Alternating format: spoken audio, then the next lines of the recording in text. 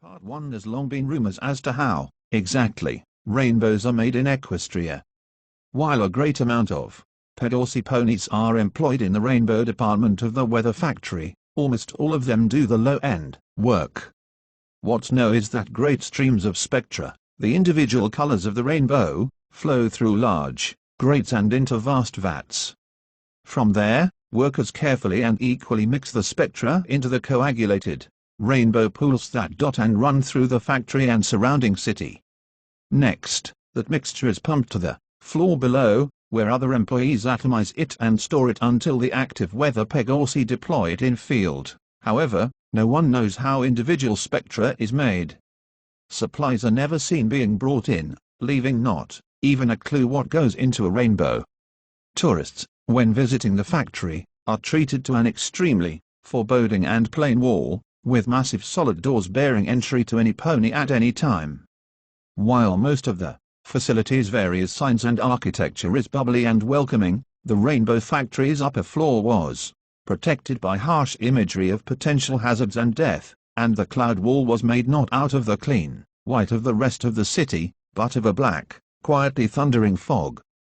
To become an employee of the upper Rainbow Factory means sacrificing any life outside those black walls. Workers are sworn to secrecy and forbidden from leaving and live inside the facility itself. Those few who ever manage to make it out not in a body bag were twisted and disturbed too damaged to ever bring themselves to talk about it. A lot of theories were proposed. Dark magic from captured unicorns, chemicals and environmental hazards that no sane pony would tolerate, and even thoughts of another unknown sister of Celestia's, destined to create the spectra, instead of raise a sun or moon.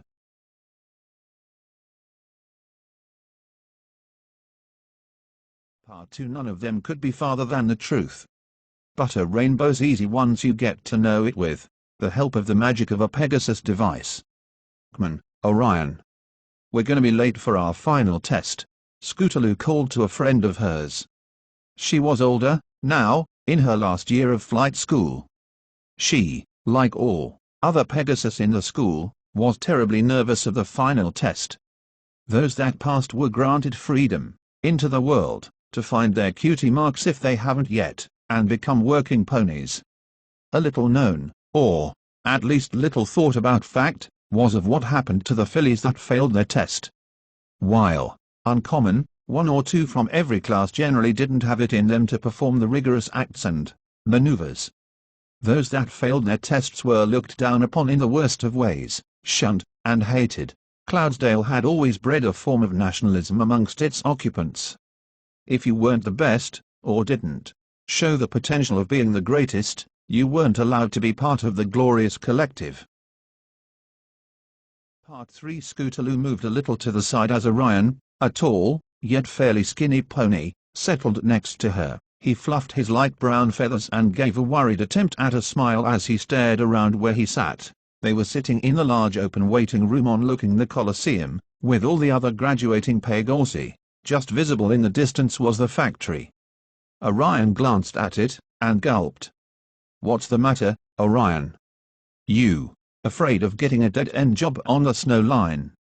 Orion chuckled a bit, then closed his eyes and sighed. "No, it's just I don't know. I don't think I can do this. What if I fail? What if I don't fail, but do just bad enough to still be disliked by everyone? I don't know if I can take being deported.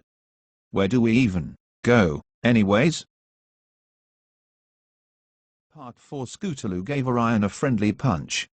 "No one knows, you dolt. And we're not going to fail. Everyone here is going to be fine." "I know I will at least pass," she laughed. "Thanks to the tips from Rainbow Dash, I'm sure to be fine."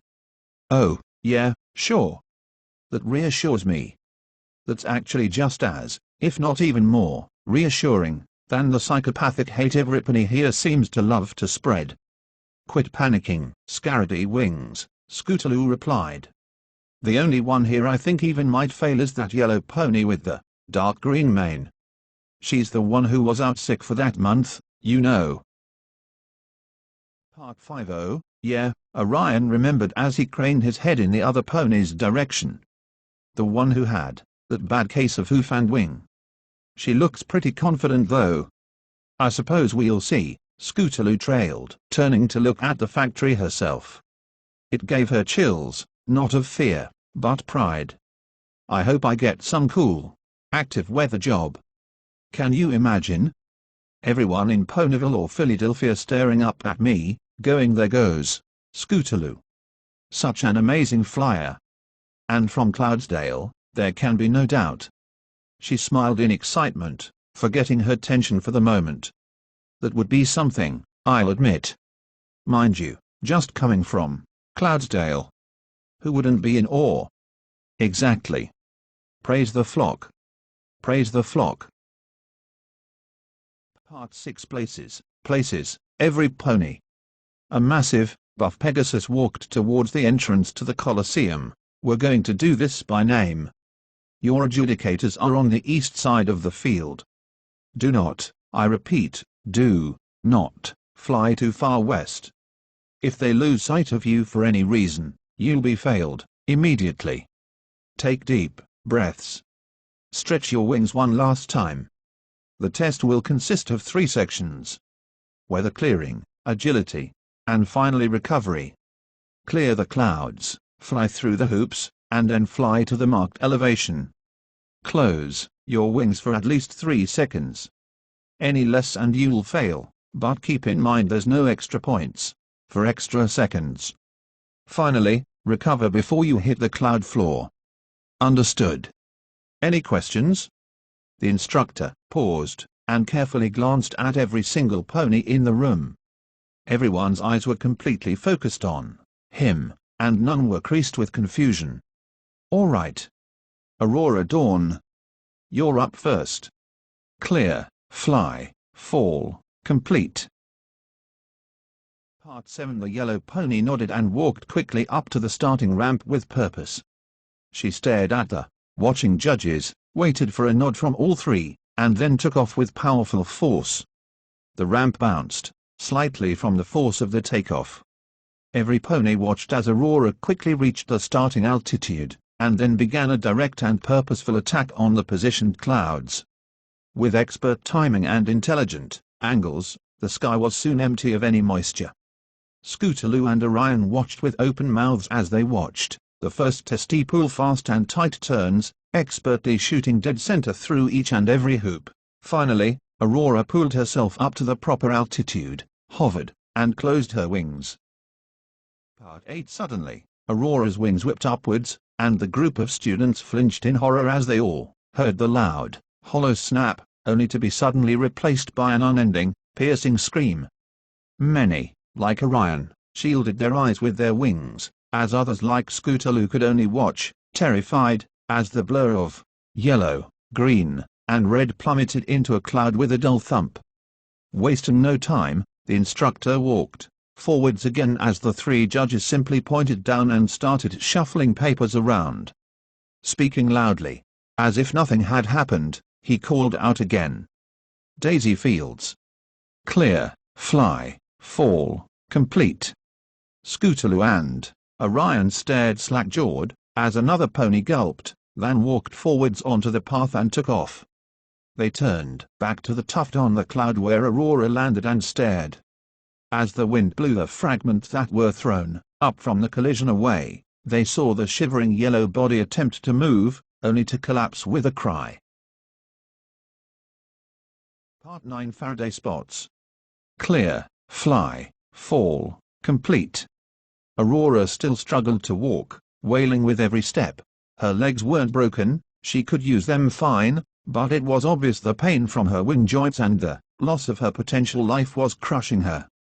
Scootaloo felt Orion shuffle uneasily, tears welling in his eyes, as a frown formed on his face.